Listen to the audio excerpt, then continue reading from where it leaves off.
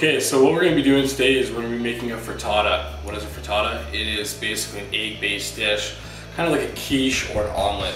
We're going to be adding a lot of really good, robust flavors once again. We're going to let things sweat down just as normal and go from there. We're going to be adding spinach, avocado to top it. It's going to be a delicious meal. Simple, really easy to do. You guys are set. Frittata.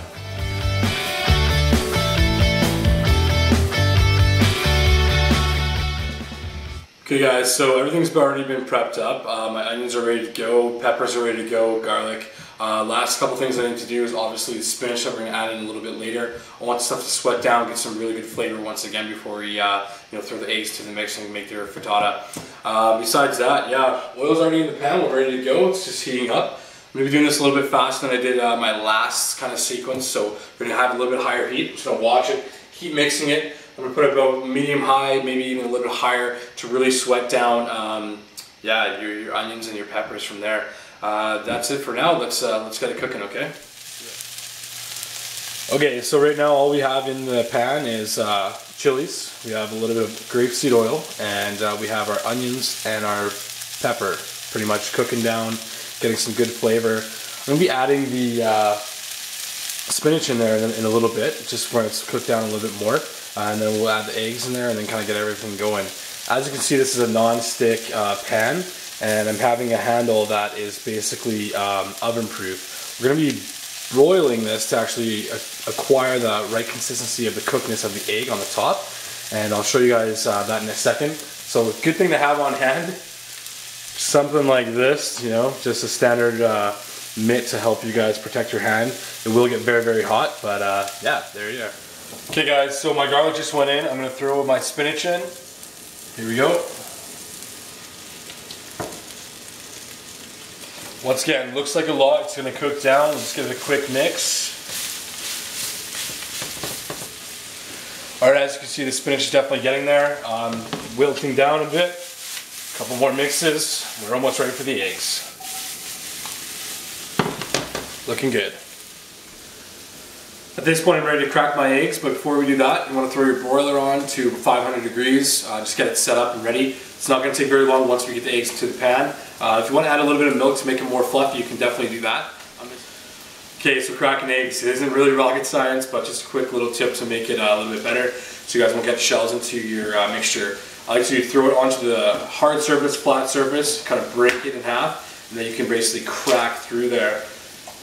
We're going to use the yolks and everything, have your garbage right by hand. 6 to 8 eggs, good way to do it. All we're going to do is add the egg mixture into your pan, your non-stick pan once again. All I do is add just a little bit of milk in here, if it's already quite beaten, and then I just threw a little bit of pepper, that's it. We're ready to go. Good temperature, maybe about a medium heat. And then make sure you have a spatula on hand to basically start making the eggs set, okay? So just toss it in. Okay, off to the side. Grab your spatula. Just kind of like an omelet, you want to kind of start folding it in, okay? You want to start to cook a good base. I want it to be nice and kind of crunchy on the bottom, so I want it to form a nice solid base. Making sure I'm cooking all the eggs, you know, to the fullest extent that they can be before you're going to go and broil. After that, yeah, you're pretty much good to go. So. Alright, this guy is ready for the broiler. You just want to watch it throughout. Just make sure it's not going to get overdone or anything like that. Besides that, just throw it under 500 degrees. It's going. It's going to get pretty quick, so you want to watch it. You want to pull it out about halfway. Throw some cheese on top, finish it off, and then you're set. Okay.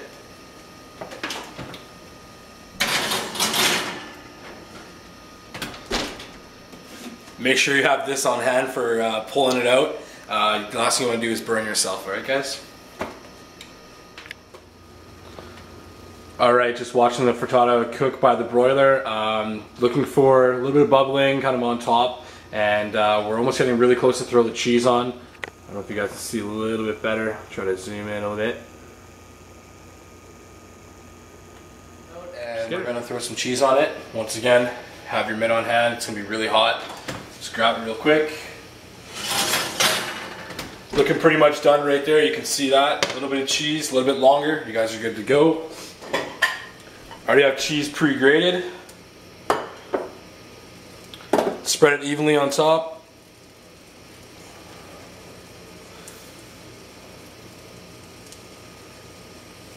Once again, do not touch that handle. Quick tip you guys can use. Take your mitt, throw it on, that way you can grab if you have to. Alright, so as you can see, the cheese is really starting to melt. I want to get it nice and brown to get some good flavor out of that.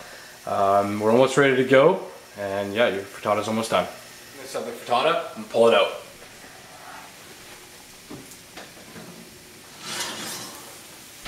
Looks pretty good. Let it rest. Okay, so I let my frittata sit for about 5 minutes or 10 minutes just to let it cool off and really kind of get into one cohesive group. All I'm going to have you guys do is use your spatula to get this guy out. It should come out fairly easy. It's going to be nice and crispy along the outside and on the bottom, so it should slide right out. Thank God the non-stick pan definitely helps out. Here we go. Frittata is actually complete. All that's left to do is cut it up and serve it. As you can see, the consistency is almost like a pizza.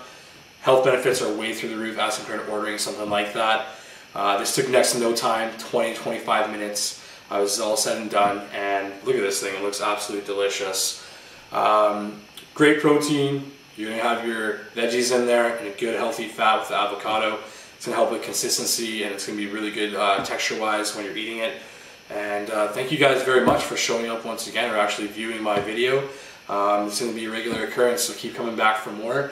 And keep switching up your routines and also switching up your food content as well. With that being said, thanks for coming to I Am Fitness. Have a good one.